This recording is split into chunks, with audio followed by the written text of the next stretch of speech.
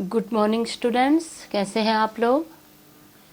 आजकल तो वैसे भी अब त्योहारों की धूम चौक में होंगे आप लोग, घूम रहे फिर, लेकिन अपनी पढ़ाई जरूर करना, क्योंकि आपका जो उत्तराखंड पुलिस कांस्टेबल भर्ती है तो जो पेपर होने वाला है उसके लिए टाइम अब कम ही बच रखा बच्चों, तो आप अच्छे से तैयारी करना। ये उत्तराखंड पुलिस कांस्टेबल भर्ती है तो क्वेश्चन है ही, बट जो हाई स्कूल के बच्चे हैं जिनका बोर्ड होने वाला है, जो इंटर के बच्चे हैं, 9th के, मतलब कोई टीचर हो, कोई बच्चा स्टूडेंट्स हो, 6th 7th 8th, सबके लिए इम्पोर्टेंट है ये, क्योंकि हिंदी सबकी अच्छी होनी चाहिए, क्योंकि हम हिंदुस्तानी है ना, तो हिंदी भाषा पे सबकी पकड़ अच्छी होनी चाहिए कि हिंदी को हम कैसे इस्तेमाल करते हैं, क्या हिंदी की इम्पोर्टेंस है और हिंदी साहित्य क्या है। साहित्य का ज्ञान होना बहुत जरूरी है, चाहे वो इंग्लिश है, हिंदी है, संस्कृत है, तो सारे सब्जेक्ट में अपनी पकड़ को मजबूत बनाएं। और इसी सिलसिले में अब मैं आप शर्मा कोचिंग सेंटर में आपका स्वागत करती हूँ। मैं अंजू मैम आपकी रोज की तरह आज आपके लिए टॉपिक लेके आई हूँ। अब लेके आई हूँ मैं वाक्य रचना। अब वही सर, सबसे पहले तो वाक्य की इम्पोर्टेंस होती है ना, जब तक हमें वाक्य ही नहीं पता होगा हम किसी से बातचीत कैसे करेंगे, है ना। तो अब आप देखिए वाक्य रचना कैसे होती है, वाक्यों को हम कैसे बनाते हैं। वर्ण से शब्द बनता है, शब्द से वाक्य बनता है, शब्दों के मेल से वाक्य बनता है। अब वाक्य के भी अलग अलग प्रकार, देखो वाक्य कैसे बनाते हैं। शब्द समूह प्लस सार्थक अर्थ प्लस वक्ता। वक्ता तो मैं हो गई। अब शब्द समूह, शब्द भी मेरे पास होने चाहिए, समूह होने चाहिए। भाई कोई किसी एक वाक्य को बनाने के लिए मेरे पास शब्द होने चाहिए। मैं बिना शब्दों के समूह के किसी भी वाक्य की रचना नहीं कर सकती। वक्ता, बिना वाक्य के वक्ता कुछ भी नहीं है, ठीक है। तो मुझे जब मेरे पास वाक्य होंगे, शब्दों का समूह होगा, तभी मैं एक वाक्य की रचना कर सकती हूँ, है ना। जैसे एक माला होती है, जब तक मेरे पास मन के नहीं होंगे तो मैं माला को कैसे मैं उसमें पिरोंगी, मेरे पास मन के होने चाहिए, तभी मैं कहूंगी बच्चों ये एक माला है। तो ऐसे ही वाक्य भी एक माला के रूप में तो शब्दों की माला होती है, ठीक है। अब ये देखो यहाँ पर मैंने सार्थक, और सार्थक अर्थ होने चाहिए, ऐसे कुछ भी उल जलूल अर्थ नहीं होने चाहिए, उस वाक्य का कोई अर्थ होना चाहिए, ठीक है। अब जैसे यहाँ पे देखो घटक पद है, तो शब्द ही पद बन जाता है। जब पद होता है, पद तुमने कहा होगा एक पद है, पद्य और गद्य तुमने पद देखे होंगे, तो पद क्या है, वाक्य शब्द ही पद बन जाता है।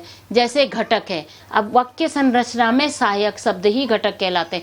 वाक्य की जब मैं संरचना करती हूँ, जैसे मनुष्य का शरीर है, उसकी संरचना होती है, तो अनेक बॉडी के पार्ट होते हैं उसके, है ना, उन पार्ट से मिलकर उसकी एक संरचना बनती, तब कहते भाई ये मनुष्य है। किसी की आंख नहीं है, कान नहीं है, पैर, तो उसके उस पे एक हम ऑब्जेक्शन लगाते थे, वो लंगड़ा है, वो काना है, वो बहरा है। तो ऐसे ही उसका घटक जो होता है, वाक्य संरचना में सहायक शब्द ही घटक कहलाते हैं।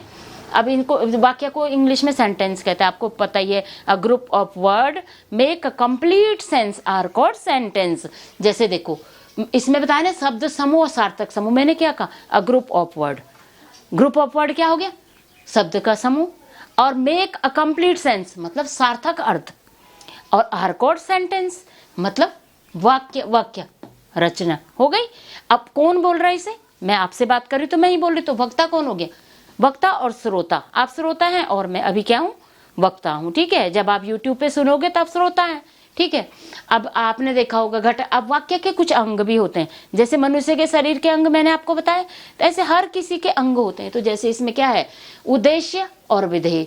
जैसे सब्जेक्ट और प्रेडिकेट आपने देखा होगा, इंग्लिश में क्या कहते हैं, सब्जेक्ट और प्रेडिकेट। अब उद्देश्य, सब्जेक्ट क्या हो गया, कर्ता बोध, मतलब ये बोध कराता है, मैं इसका कर्ता का बोध कराता है कि नवीन खेलता है, ये सब्जेक्ट है। कौन है सब्जेक्ट इसमें, नवीन।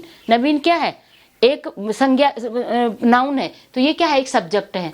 इसमें नाम तो कोई भी आप बोलोगे नवीन बोले, मैं आपका जो नाम है आप अपना नाम भी कह सकते हैं। यहाँ पे आप रोटी, आप ये भी कह सकते हैं कि मीना खाती है, या मीना जाती है, या मीना, मतलब नाम, मेरा कहने का मतलब है कि नाम होना चाहिए। और जब विधेय होता है जिसे ऑब्जेक्ट कहते हैं, तो नवीन खेलता है। कभी भी सेंटेंस में आपको अगर सब्जेक्ट से प्रेडिकेट को अलग अलग करना हो, तो आपने जो नाम होता है, जो नाउन और प्रोनाउन होता है, उसे आपने अलग कर देना है। और हेल्पिंग वर्ब से शुरू जब सेंटेंस होता है वो प्रेडिकेट में चला जाता है, मतलब वो विधेय में आ जाता है। Is, are, am, was, were, had, have, has, ये सब क्या है, ये उस, तो इसमें क्या है, खेलता है। तो है, ये खेलता है क्या है, ये कर्ता के द्वारा यहाँ पर एक्टिविटीज हो रही है, तो यहाँ से आगे हमारा सेंटेंस विधेय कहलाता है, ठीक है। वाक्य, अब वाक्य के तत्व होते हैं, अब बिना तत्व के, जैसे मनुष्य का, पहले मैंने क्या, मनुष्य के अंग है। अब मनुष्य बना किससे, उसके अंदर पंच तत्व होते हैं। तो ऐसे ही अब इसके भी मैंने 6 तत्व बता दिए आपको। कौन कौन से? सार्थकता, अन्वय, निकटता, आकांक्षा, पदक्रम और योग्यता। जैसे मनुष्य का शरीर पंच तत्व से मिला होता है, ऐसे हमारे वाक्य के भी ये 6 तत्व हो गए। अब सार्थकता क्या है? अर्थपूर्ण वाक्य होता है। भाई अर्थपूर्ण वाक्य होता है, वो फ्रेज नहीं होता है जब तक उसका अर्थ नहीं होगा। मैंने कहा द बस स्टैंड, भाई कहाँ खड़ी है बस? The bus standing. मैंने अगर कह दे the bus standing on the bus stop, तो तब आप समझ सकते हैं कि मैम वहां के लिए कह रही है। तो अब यहाँ पर एक कुत्ता भौंकता है, मैंने कहा भौंकता है, अभी पता आपको पता चल जाए कुत्ता भौंकता, मैंने कहा जा रहा है, कौन जा रहा बताया नहीं। तो ये इसमें क्या होता है? कंप्लीट सेंस नहीं होता है जब वाक्य होता है। अब दूसरे अन्वय, अन्वय मतलब मेल करना। मेल कैसे? वचन के आधार पर, लिंग के आधार पर, संज्ञा के आधार पर आदि, और भी विशेषण के आधार पर भी होता है। जैसे अब ये देखो उदाहरण क्या है? सावित्री अति सुंदर गाना गाती है। यहाँ पर आ गया सावित्री। सावित्री क्या है? सावित्री एक संज्ञा है, ये नाम है, और ये क्या है? संज्ञा से रिलेटेड है, और लिंग भी दिखा रहा है यहाँ पे कि ये स्त्रीलिंग और पुल्लिंग है, और संज्ञा भी आपको दिखा रहा कि सावित्री एक क्या है? नाम है। अति सुंदर गाना, यहाँ पर एडवर्ब और एडजेक्टिव दोनों ही हैं। देखो अति और सुंदर दोनों आ रहे हैं ना, तो दोनों आदि लिखा ना हमने यहाँ पे, तो ये अति सुंदर क्या है? एडजेक्टिव भी है और एडवर्ब भी है। तो गाना गाती है, तो गाना क्या है? यहाँ पर क्या कर रही वो? गाना गाती है, ये क्या है? कहते वर्ब, क्रिया भी है, एक्टिव। लेकिन ये आपको एक जिस आधार पर मैं आपको बताना चाहती हूँ कि लिंग का आपको दिखा रहे कि सावित्री अति सुंदर गान गाती है। गाता है होता तो आपको पता चल जाता लड़का है, तो यहाँ पर गाती है, तो आपको लिंग के आधार पर भी ये भेद दिखाई दे रहा है। और ये वाक्य आपको बता रहा है कि स्त्रीलिंग, ये वाक्य क्या है? एक स्त्रीलिंग या एक वचन है, ठीक है। अब निकटता, निकट आसक्ति, समीपता दिखाता है इसमें, एक दूसरे के कितने समीप हैं, ठीक है। जैसे घोड़े और गधे एक साथ अस्तबल में रहते हैं। क्या कहा मैंने? घोड़े और गधे अस्तबल में एक साथ रहते हैं। अब घोड़े और गधे समीपता दिखा रहे हैं कि अस्तबल में ही रहते हैं। कौन कौन रहते हैं? घोड़े और गधे। तो घोड़े और गधे जो शब्द हैं ये एक दूसरे के लिए समीपता दिखा रहे हैं। अब देखो घोड़े के साथ शेर रह सकता है? नहीं रह सकता है भाई, वो उस जाति के हैं, तो वो दोनों क्या रहे? घोड़े के साथ, शेर के साथ बाघ रह सकता, लेकिन बाघ भी नहीं सकता, शेर उसको भी क्या कर, मतलब वो पावरफुल है वहां पर, वो उसके साथ रह नहीं सकता। ये क्या है? दोनों की शक्ति, शक्ति भी, शक्ति के आधार पर भी दोनों में वो है समीपता है, और जाति के आधार पर भी दोनों में समीपता है। अब आकांक्षा पूर्ण अभिव्यक्ति है इसमें। आकांक्षा इच्छा, पूर्ण अभिव्यक्ति मतलब पूर्ण दिखाता है इसमें। कैसे? जैसे उल्लू दिन में सोता है, आपको पूरा पता है कि ये कोई ऐसे काल्पनिक या एनिमेशन नहीं है, उल्लू दिन में सोता ही है, तो ये आपको पता है, सब पूरा पूर्ण अभिव्यक्ति दिखा रहा। जो सेंटेंस मैंने कहा इसमें कटु सत्य है, ठीक है। पांचवा है पदक्रम, एक ही क्रम में कारक चिन्ह। अब एक ही क्रम में मतलब एक ही कारक चिन्ह के आधार पर आपको, जैसे सभी छात्र विद्यालय को में आ चुके हैं। अब अगर आपके पास तो विद्यालय को आ चुके हैं नहीं हो सकता, यहाँ पे हो सकता मैं आ चुके हैं। तो ये पदक्रम है, एक ही क्रम में कारक चिन्ह। ये का, के, की, मैं, के, लिए, ये क्या है? हमने आपको कारक में पढ़ाए हैं, 8 प्रकार के कारक के भेद मैंने आपको अच्छे से पढ़ाए हैं। आप फिर से हमारे लिंक पे जाना और फिर से देखना। जब बीच बीच में ऐसा आता है तो आप उस वीडियो को फिर से खोलें, फिर से लिंक पे जाएं, फिर से उसको लर्न करें, कॉपी में लिखें, तब जाके आपको क्या होगा? आपको अच्छे से ज्ञान होगा। और आपकी जो हिंदी है ना, ये हिंदी एक साहित्य है, ये छोटा सा उपन्यास, ऐसा छोटी सी किताब तो है नहीं। तो आप जितना इसको पढ़ते जाओगे उतना आप इसमें मजबूत होते जाओगे। अब नेक्स्ट है योग्यता। योग्यता विशेषता और शब्द चयन। योग्यता के आधार पर आपको पता है क्या है? घोड़ा घास खाता है, भाई घोड़ा घास खाता है, आपको पता है। अब दाना पानी भी खा सकता है, दाना पानी, लेकिन यहाँ पे क्या? घोड़ा घास पानी खाता है। अब मैंने लिखा घोड़ा घास पानी खा, भाई पानी खाने की चीज तो नहीं है ना, पानी तो पीने की चीज है। तो यहाँ पर क्या है? ये कि योग्यता नहीं है, ये क्या है? अयोग्यता दिखा रहा है इसमें कि घास और पानी खाया और पिया जाता है ना। तो यहाँ पर ये योग्यता विशेष शब्द चयन हो गया आपको कि आपने कौन से शब्द का चयन करके सेंटेंस को बनाना है, ठीक है। अब आगे चलते हैं रचना के आधार पर। अब क्या है? कंस्ट्रक्शन। अब कंस्ट्रक्शन तुमने देखा होगा, बिल्डिंग कंस्ट्रक्शन करते हैं, किसी भी चीज का निर्माण जब होता है तो उसके आधार पर कैसे करते हैं? साधारण वाक्य, विधेयहीन। साधारण वाक्य तो विधेय, विधेय क्या है? विधेय देखो पहले, विधेयहीन और विधेय यहाँ क्या लिखा? ऑब्जेक्ट मतलब नवीन खेलता है, तो ये विधेयहीन है। राम पढ़ता है, एक पद है कि राम पढ़ता है, ठीक है। दूसरा है संयुक्त वाक्य, संयोजक सहित है। यहाँ पर क्या, कि, क्योंकि, किंतु, परंतु आदि ये वाले शब्द आपको दिखाई देंगे। दूसरा है मिश्रित वाक्य। मिश्रित वाक्य मतलब दोनों चीज, दो पद होंगे और WH से शुरू होंगे। वियर है, हु है, हुम है, आपको वट है, ये वाले सेंटेंस जहां आपको WH से शुरू, क्या, क्यों, कैसे, है ना, आपने सुना होगा क्या, क्यों, कैसे। तो ऐसे करके उदाहरण, यह वही आदमी है जो हमें प्लेटफॉर्म पर मिला था। तो दो, जो के लिए क्या, हु, तो WH से शुरू हुआ कि नहीं हुआ। तो ऐसे ही सेंटेंस आपके मिश्रित वाक्य में दिखाई देते हैं। अब उपवाक्य, उपवाक्य होता है यह वाक्य का अन्य पद है, प्रधान उपवाक्य प्लस की, जो, जैसे, यदि, तथापि, इसमें ये भी प्रधान उपवाक्य और प्लस ये भी रहते हैं। तभी इस वाक्य को पहचानने में बच्चों को ज्यादा गलती कर लेते हैं।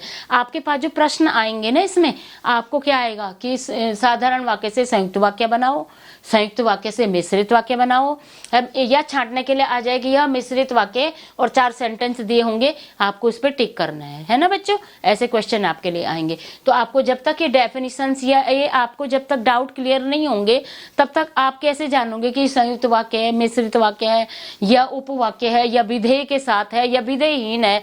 तो इसलिए हम आपको बारीकी से इसे समझा रहे हैं और आप समझने की कोशिश करो कि जैसे मैम बता रही, तो हमें उस तरीके से समझ के अपनी तैयारी करनी है, क्योंकि आपको पुलिस कांस्टेबल भर्ती के लिए तैयारी करनी है। अब ये तो है नहीं कि आपने यूट्यूब पे और वीडियोस देखते हैं, आप किसी को लाइक कर लिया, नहीं किया, जो लेकिन ये वीडियोस आपके फ्यूचर के लिए है और एक दिन के लिए नहीं है। आप जब तक आपकी पढ़ाई जब तक पूरी होती है, फिर आपके बच्चों के लिए भी इंपॉर्टेंट है। अगर आपको ज्ञान होगा तो आप अपने बच्चों को सिखाएंगे। तो इसलिए आप इसको अच्छे से पढ़ें। जो जो वीडियो मैंने बनाई उन सबको लिंक जाके आप दोबारा से रिवाइज करें। अब आप देखिए यहाँ, जैसे जो मेहनत करेगा वही सफल होगा। ये आपके लिए भी, अगर आप मेहनत करोगे तो आप पुलिस कांस्टेबल में जरूर निकलोगे। तथापि वह अपंग है, फिर भी वह खेलों में प्रथम स्थान आता है। मैंने अपंग बच्चों का कंपटीशन देखा है। वो बच्चे क्या करते हैं, उनके हाथ पैर नहीं होते हैं किसी के, लेकिन वो फिर भी क्या करते हैं, प्रथम स्थान आते हैं। क्योंकि जिसके अंदर क्यूरियोसिटी होती है, काम करने की जिज्ञासा होती है, कठिन परिश्रम करता है, वही बच्चा आगे बढ़ता है। आप भी कठिन परिश्रम करें और हमारे परिश्रम को भी फल दें। जब आप फल दोगे तभी हमें अच्छा लगेगा। वह पढ़ने में बहुत तेज है क्योंकि उसकी माता अध्यापिका है और वह उसे पढ़ाती है। अब देखिए, जब आप पुलिस कांस्टेबल भर्ती में निकलोगे और कल की डेट में आपका बच्चा भी उस पोजीशन में जाने की जिद करता है, तो आपको सिस्टमैटिक ढंग पता है कि कैसे हमने शर्मा कोचिंग सेंटर से क्वेश्चन पढ़े थे, कैसे हमने उनके नोट्स बनाए थे। और आप अपने बच्चों को, आपके लिए भी ये सेंटेंस कह सकते हैं कि वो उनका बच्चा पढ़ने में बहुत अच्छा, क्योंकि उनके पापा पुलिस कांस्टेबल भर्ती में प्रथम स्थान प्राप्त कर चुके हैं। ठीक है, तो ये तो बच्चों आपने देखा वाक्य रचना, कैसे करके वाक्य रचना की जाती है। मैंने बीच बीच में आपको अपनी बातें भी बताई है ताकि आपको पढ़ने में इंटरेस्ट आए, क्योंकि टीचर यही करता है कि बच्चों का मन लगा रहे। देखो, शब्द समूह सार्थक मैंने आपको बताया, a group of word make a complete sense are called sentence. Sentence के अलग अलग टाइप आपको पता है, डिक्लेरेटिव होता है, इंटेरोगेटिव होता है और असर्टिव होता है, अलग अलग होता है, नेगेटिव होता है, और ऐसे करके सेंटेंस अलग अलग प्रकार के होते हैं। बोलने का तरीका होता है, कोई डायरेक्ट बोलता है, कोई इनडायरेक्ट बोलता है, तो ये अलग अलग तरीके से होता है। लेकिन आपको वहां ये चीजें नहीं आएंगी। आपको ये चीजें जो मैं बता रही हूँ कंफ्यूज कर देने वाले क्वेश्चन है।